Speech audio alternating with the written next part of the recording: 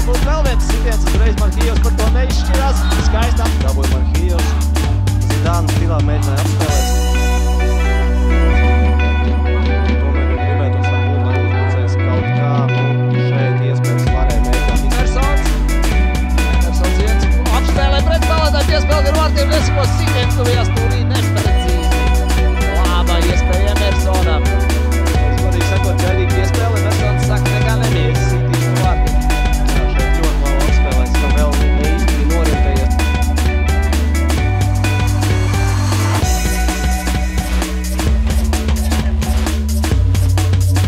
Kas tomēr būs temprējums. Iespēlē Marešs. Un vārtē! RFS ir vadībā izspēlēts. Priesitiens un bumba ir vārtos. Līdz no Riverside Lions. Līdz no RFS atbalstītāji 1-0. 77. minūtē šķiet, ka Hardī Krenga būs vārtus pret savu bijušo